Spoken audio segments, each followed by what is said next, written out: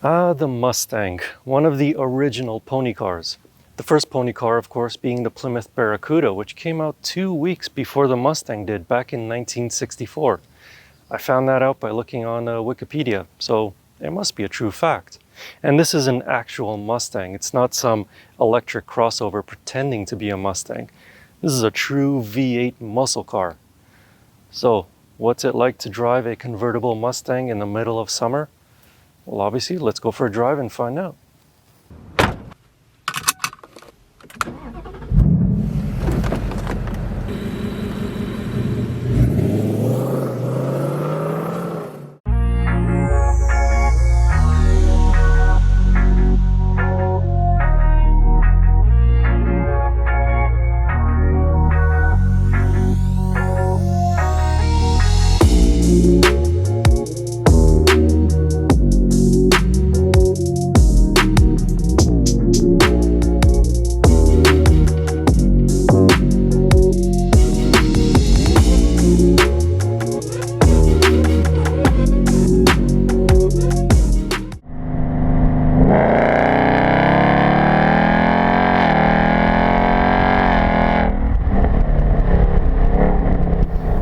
So just a little bit of housekeeping before we get going with this review.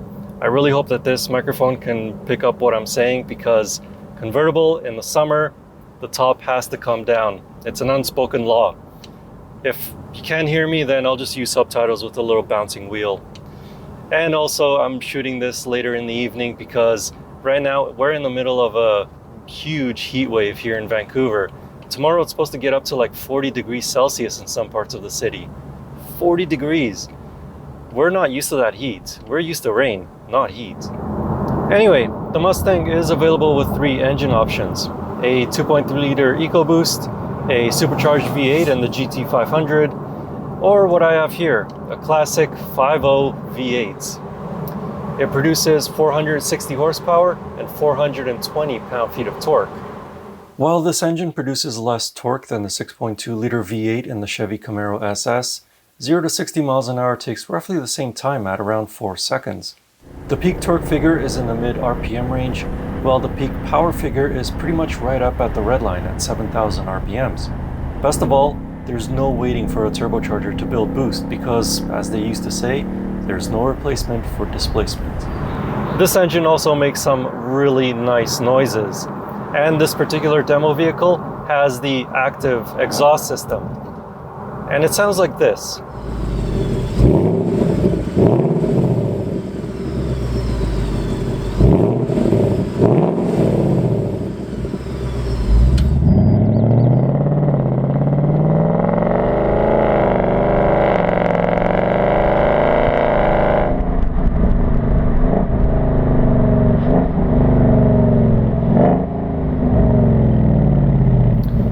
When it comes to fuel economy though, well, it is a big V8 in a sports car, so it's kind of good in a way, but also kind of bad in another way. So on a highway, it's rated for 10.4 liters per 100 kilometers with this automatic transmission, which is actually pretty good. But in a city, it's rated for 15.8 liters per 100 kilometers. 16 is with the manual transmission. But you can take some comfort in the fact that those numbers are actually pretty achievable. Right now I'm averaging about 13.1 liters per 100 kilometers, so not that bad.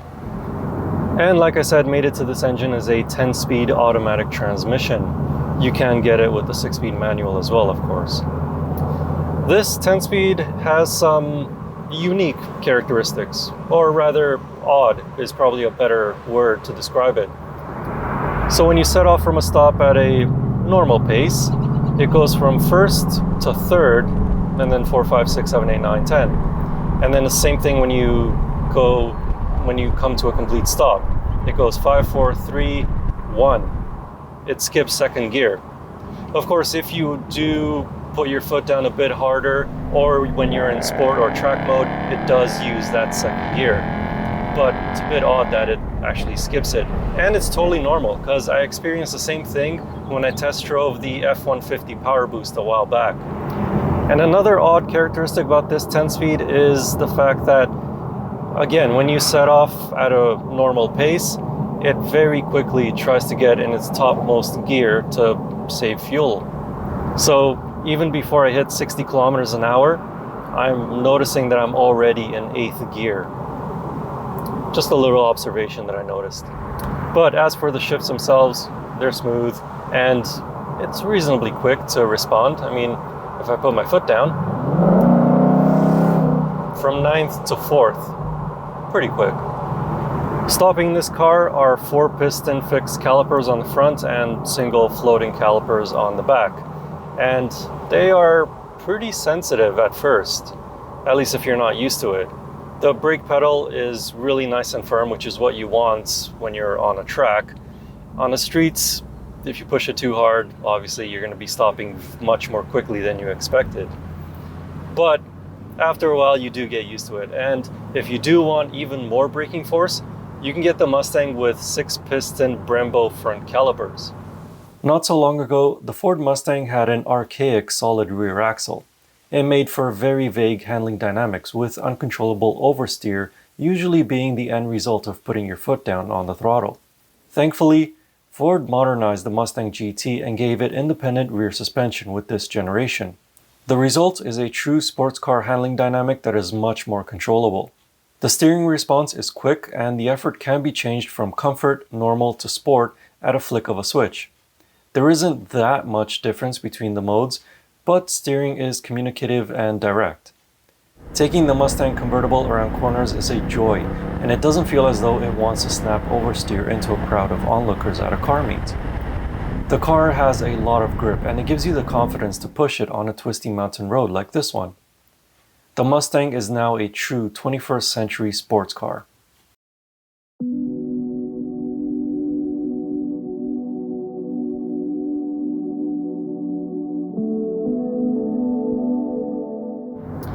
The ride in the Ford Mustang GT convertible is actually not bad for a muscle car. I'd say it's actually pretty good for a muscle car. This particular demo vehicle does not have the optional adaptive dampers, which can change depending on which drive mode you're in. But even with these standard dampers, it's pretty good.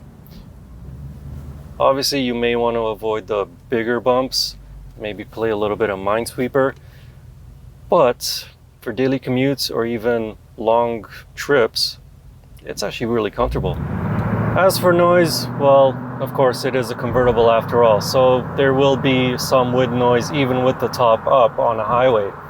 But you're also going to hear quite a little bit of road noise as well, at least with these optional 20-inch wheels. However, the great thing about having a convertible and a big V8 and an active exhaust system is that you can really hear this engine. Right now I'm in traffic, so I can't really, give it the beans, but trust me, it sounds really good. The front seats of the Mustang convertible is where you want to be. They have loads of space, even for tall adults like myself at 6'4". The seats have wide side bolsters to keep you firmly planted when you're driving enthusiastically, but enough padding to keep your bum comfortable. The rear seats are for storage, or perhaps little kids if a short adult is in the front seat. Legroom is virtually non-existent in the back. As for the trunk, it's actually quite spacious, never mind for being a convertible. It has 324 liters of cargo, which is only 59 liters less than the Mustang GT Fastback. Better yet, it's a whopping 117 liters more than the Chevrolet Camaro convertible. Visibility with the top up is also better than that of the Camaro.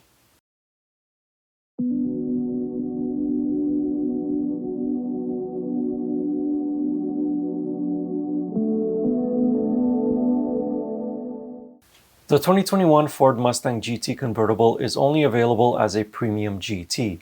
The Fastback is available as a lower GT trim if you just want the V8 engine from a sports car. The convertible premium GT starts at $54,490 Canadian, and this demo had an as-tested price of $62,740 Canadian. For that money, you get satellite navigation, Sync 3 infotainment system, a power-operated cloth roof. However, you still have to physically unlatch the roof using a pull and twist lever, a 12-inch digital display, heated and ventilated front seats, heated steering wheel, blind spot sensors, forward collision alert with automatic emergency braking, lane departure warning, adaptive cruise control, leather upholstery, automatic climate control, backup camera, parking sensors, LED headlights and taillights, and ambient lighting, just to name quite a few. You can also add different packages such as the Black Accent package, California Special package, GT Performance package, Carbon Sport Interior pack, and the Ford Safe and Smart pack. So is the Ford Mustang GT convertible worth your consideration? Well, obviously if you are looking for a V8 convertible muscle car, then this is probably one of the best ones out there. The Chevy Camaro is this thing's closest competitor, and both cars have very similar performance. But for daily use, I think this one is a little bit better. It's more spacious, more practical, and you can actually see out of it. There is also, of course, a new generation of the Ford Mustang coming. Right now it is summer 2021, and the new Mustang is supposed to come out next year as a 2023 model. So unfortunately, right now, I don't know any details about it. But if you are watching this in the future, firstly, is there anything I need to worry about in terms of another pandemic? Let me know in the comments. But again, if you are watching this in the future, I'm pretty sure that Ford dealerships will want to get rid of their old generation Mustang inventory to make room for the new Mustang inventory. So they'll probably offer some pretty good discounts on one of these. Get it while you can. Anyway, if you want to know more about this 2021 Ford Mustang GT convertible, I wrote a more detailed review of it over on my website. You can find that link in the video description. And as always, I will see you in the next car or truck, or it'll probably be an SUV next time. Anyway, thank you for watching. Please like and subscribe, and see you in the next video.